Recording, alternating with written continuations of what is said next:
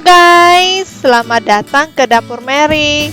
Hari ini aku akan berbagi ke teman-teman cara membuat mentega beserta rasa uniknya. Tanpa basa-basi, yuk mari kita mulai. Pertama-tama, masukin krim kental ke dalam food processor. Teman-teman harus memakai krim kental yang mempunyai kandungan lemak paling dikit 35%. Kemudian nyalain food processor dan kocok krim kentalnya hingga terpisah.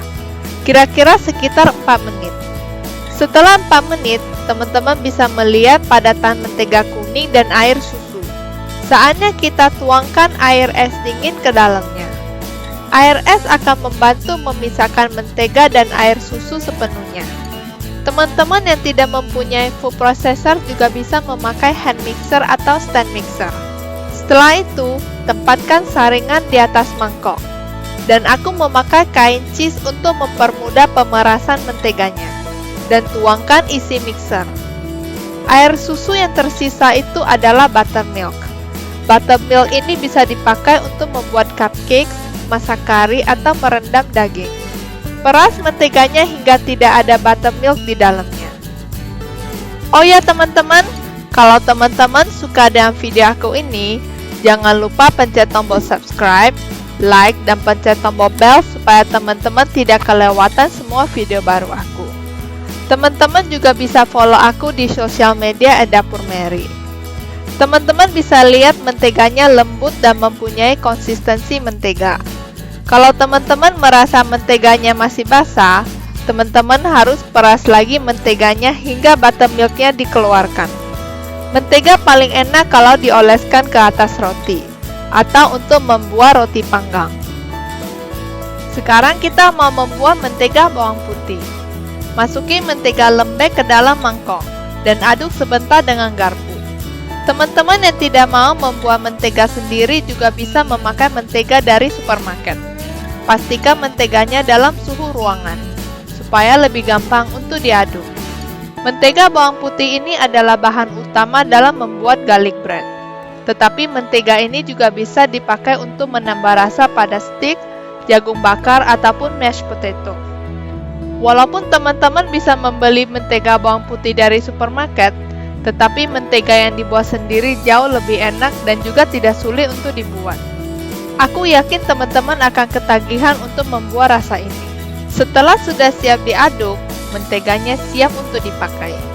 Teman-teman bisa simpan di dalam kontainer atau seperti aku memakai kertas roti dan bungkus seperti permen. Pastikan ketika teman-teman simpan ke dalam kulkas, masukin mentega bungkusan tersebut ke dalam ziploc bag supaya mentega tidak menyerap bau lain yang ada di kulkas. Mentega ini bisa disimpan di dalam kulkas selama 2 minggu atau di freezer 3 bulan lebih. Untuk membuat garlic bread, teman-teman bisa potong rotinya terlebih dahulu dan kemudian oleskan menteganya ke atas rotinya dan panggang rotinya dengan suhu 180 derajat Celcius selama 8 hingga 10 menit. Kalau teman-teman lebih suka garlic bread yang lembut, boleh membungkus rotinya dengan aluminium foil dan panggang dengan suhu 180 derajat Celcius selama 15 menit atau hingga menteganya sudah meleleh dan rotinya sudah hangat. Yang kedua, kita mau membuat rasa truffle. Mentega truffle ini sangat mudah untuk dibuat. Kita hanya membutuhkan 3 bahan saja, dan akan langsung membuat makanannya to the next level. Aku jamin resep ini juga akan menjadi favorit teman-teman. Aku memakai black truffle paste.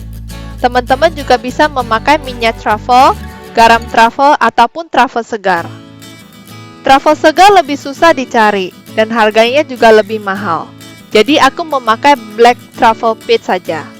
Teman-teman bisa membeli black truffle paste di Tokopedia.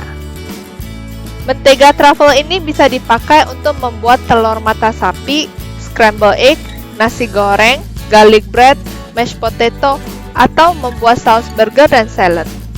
Teman-teman harus memastikan truffle yang dipakai itu tidak ada kandungan airnya.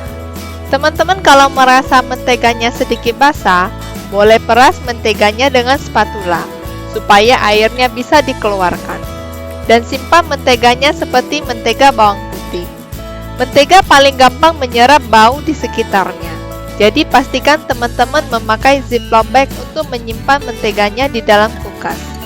Ini juga berlaku dengan mentega baru yang kita beli di supermarket. Jika teman-teman tidak menyimpan mentega dengan benar, kue atau cookies yang dibuat dengan mentega tersebut akan terasa seperti pizza atau bau makanan yang ada di kulkas kita. Jadi simpan mentega yang benar di dalam kulkas itu penting sekali.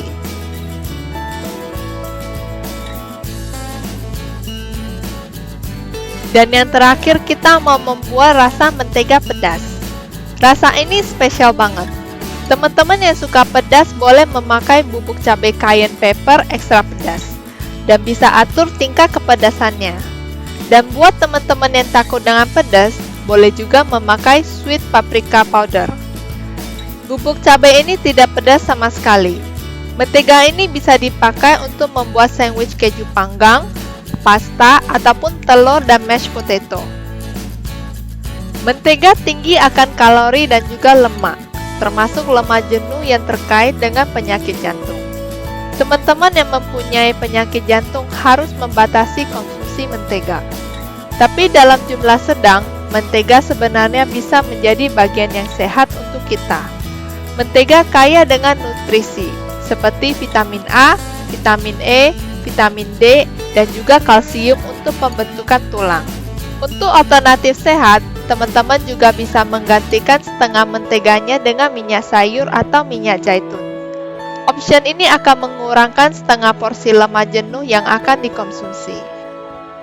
Aku berharap teman-teman suka dengan video aku ini. Teman-teman bisa komen di bawah resep apa lagi yang pengen aku buat di next video. Thank you for watching. Bye guys.